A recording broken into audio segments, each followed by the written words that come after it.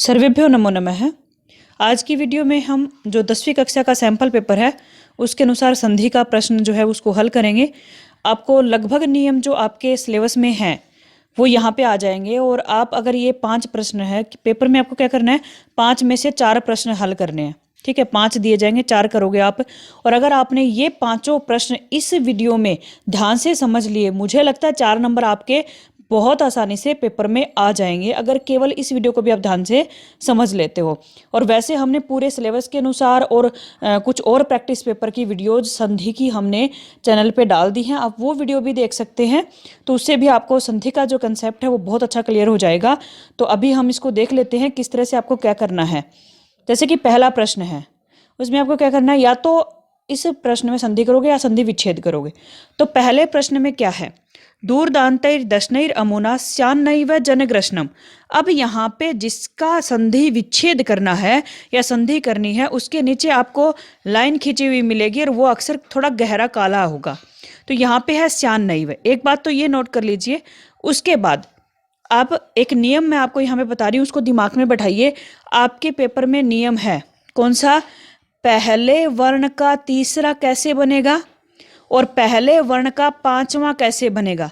ये 2 नियम आपके पेपर में आ रहे हैं और पूरे चांस है कि 2 प्रश्न इसी नियम में से आएंगे। तो इस नियम को आप पहले ध्यान से सुनिए कि मैं किस तरह से आपको समझा रही हूँ। इसमें आपको क्या करना है, पहला वर्ण का मतलब क्या होता है, आपको वर्ग याद होंगे, क वर्ग, च वर्ग, ट वर्ग, ता वर्ग और प वर्ग। जैसे क वर्ग है, क वर्ग में पहला क्या है, क। अब एक नियम है कि क का तीसरा मतलब जैसे क वर्ग में क्या क्या होते हैं, क, ख, ग, घ और घ। अगला वर्ग क्या होगा, घ के बाद जो अगला है वो च। ठीक है, अब आपको क्या करना है कि जो ये क है, क का तीसरा कैसे बनेगा और पांचवा कैसे बनेगा।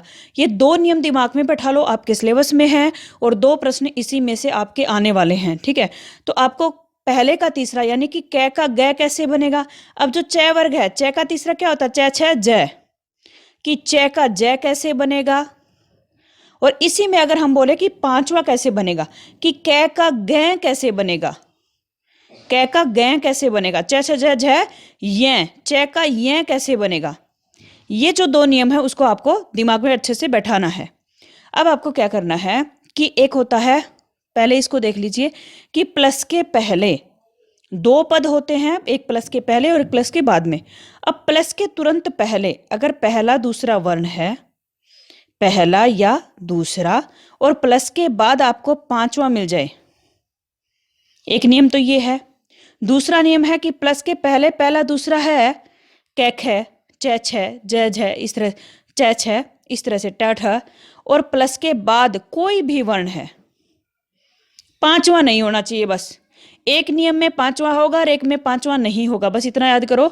जहां पांचवा होगा वहां इसको पांचवा बनाओगे, प्लस के पहले वाले को, और जहां पांचवा नहीं होगा वहां इसको तीसरा बनाओगे। ठीक है, दिमाग में अच्छे से बैठा लो। अब आपको क्या करते हैं, प्रश्न को हल करने का प्रयास करते हैं। तो आपका प्रश्न है स्यान्नैव। अब देखिए यहाँ पे आपको क्या तोड़ना है, आपका शब्द बनेगा ये। पहली बात तो बेटा आप कहोगे कि इस तरह से आपने तो सीधा ही करके लिख दिया, क्योंकि अगर आपने प्रैक्टिस करी होती है तो आपको अच्छे से समझ में आ जाता है। फिर भी अगर नहीं आ रहा है तो फिर आप क्या करोगे, यहाँ पे जो ये 2 शब्द है ना, न डबल न, यहाँ से पकड़ लो शब्द को। जहाँ पे भी ये आ रहा है पांचवा वर्ण, उसको वहीं से पकड़ लो और वहीं से सोल्व करो।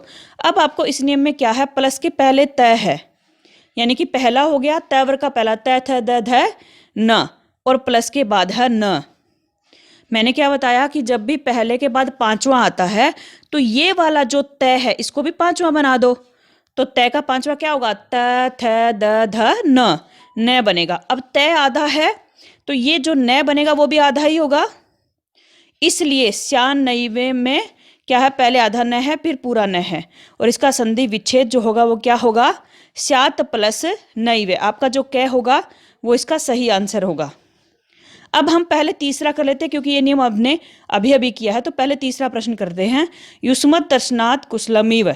आपको यहाँ पे क्या करना है, युष्मत् दर्शनात् का दूसरा नियम मैंने क्या बताया था कि प्लस के पहले पहला दूसरा और प्लस के बाद कोई भी हो, पांचवा नहीं होना चाहिए, पांचवा नहीं हो। तो आपको यहाँ पे क्या, पांचवा नहीं मिलेगा। कैसे, आपका विच्छेद होगा युष्मद प्लस युष्मत प्लस सॉरी, आप इसको रफ कर दीजिए, दै को आपका बनेगा युष्मत प्लस दर्शनात्। ठीक है, तो क्या आया, पहले के बाद तीसरा है, ये दै तीसरा, ये पहला हो गया, ये तीसरा हो गया, तो आप इस तय को तीसरा बना दो। तय का तीसरा क्या होगा, त थ द, तो आप तय को भी दै बना दोगे, यानी कि दो दै हो गए यहाँ पे। तो ये नियम एक साफ था कि प्लस के पहले पहला दूसरा, दोनों ही नियम में प्लस के पहले पहला दूसरा, एक में प्लस के बाद पांचवा मिलेगा और दूसरे में पांचवा नहीं होगा। जहां पांचवा होगा वहां पहले को पांचवा बना दो और जहां पांचवा नहीं होगा वहां पे तीसरा बना दो। सिंपल नियम है। ठीक है, तो अब इस नियम में क्या किया हुआ है, कैसे बना हुआ है ये, युष्मत दर्शनात् में ये जो द दिया है बीच में, ये डबल द है, ये डबल द है। ठीक है, तो टूटेगा यहीं से और इसका बनेगा युष्मत प्लस दर्शनात्। ये जो तय था इसको इस द की वजह से क्या हो गया, द बन गया। ठीक है, ये दो नियम दिमाग में आप बैठा के रखो अच्छे से। उसके बाद दूसरा प्रश्न हम कर लेते हैं। दूसरे प्रश्न में क्या है, एकांत कांतारे, एकांत कांतारे, ये गलत लिखा हो थोड़ा सा, क्षणम अपि मे साथ संचरणम, आपको संचरणम का संधि विच्छेद यहाँ पे करना है। ऑप्शन है सम प्लस चरणम, स प्लस चरणम, सत प्लस चरणम और सन प्लस चरणम। ठीक है, तो इसका सही ऑप्शन जो होगा वो ये होगा। कैसे, अब आपको क्या देखना है कि प्लस के पहले जब भी बिंदी मिले, बिंदी मतलब अनुस्वार, बिंदी का नाम क्या होता है, अनुस्वार। अब क्या होता है, सम होता है। ठीक है, अब ये सम ऐसे लिख दो चाहे ऐसे लिख दो, एक ही बात है। और उसके बाद क्या है, चरणम। तो ये जो अनुस्वार आता है, अनुस्वार आता है, या अनुस्वार की जगह पे जो मैं लिख देते हैं उसको, ये जो प्लस के एकदम बाद वाला शब्द होता है उसके अनुसार पांचवा होगा। तो कैसे हो जाएगा, च वर्ग का पांचवा क्या होता है, च छ ज झ य।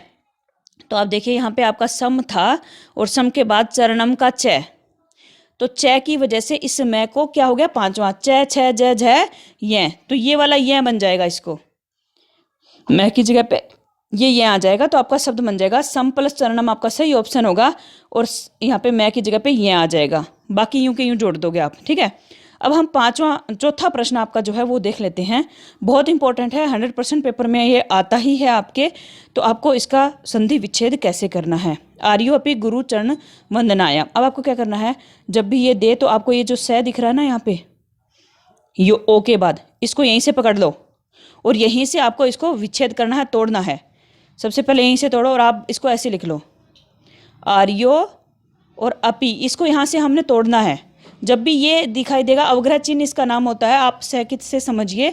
ठीक है, सै की तरह इसको लिखा जाता है। आप यहीं से इसको तोड़ोगे, दोनों को अलग करोगे। अब क्या होता है, ये जो सै होता है ना, ये ए होता है, तो आप इसको पहले ए बना दो।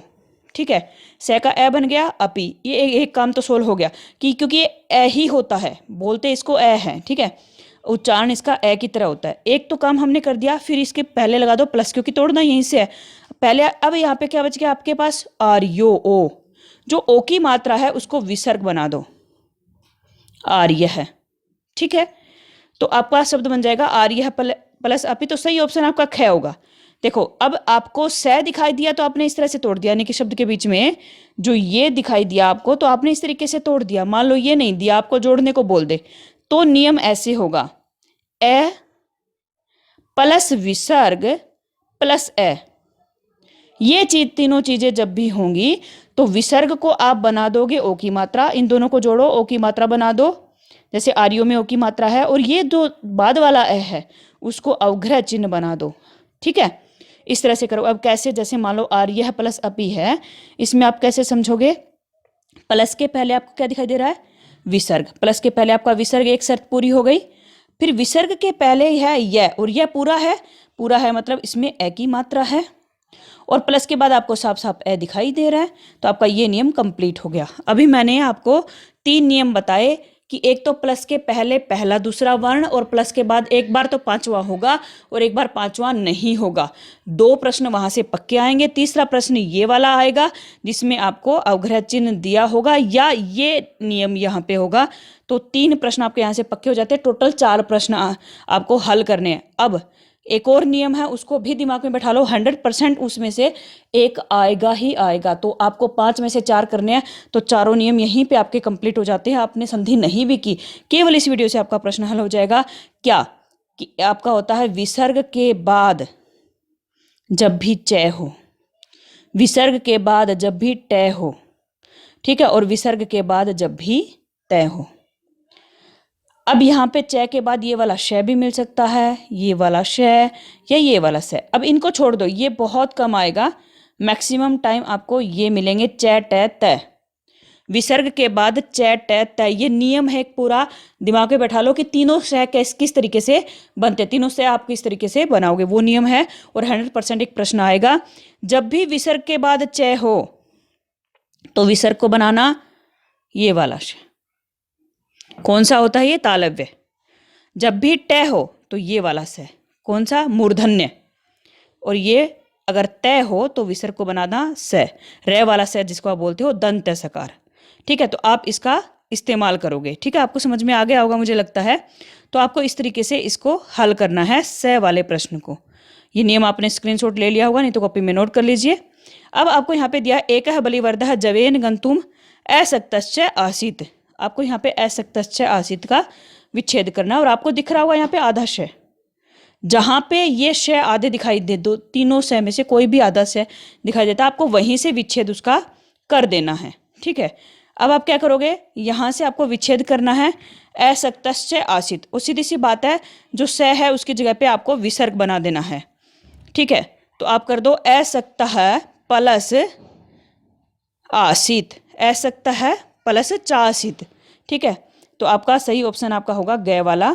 ठीक है, असक्तः, क्योंकि जो स है ना उसको विसर्ग बना दिया, और प्लस आपका हो गया चासीत्। वैसे एक विच्छेद और हो सकता था यहाँ पे, जो च और आसीत् है उसको तोड़ करके हो जाता च प्लस आसीत्, लेकिन वो ऑप्शन में नहीं करके दिया है, तो आपका ग वाला ऑप्शन सही होगा।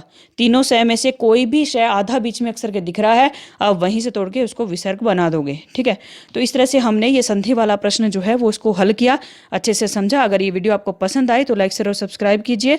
धन्यवाद।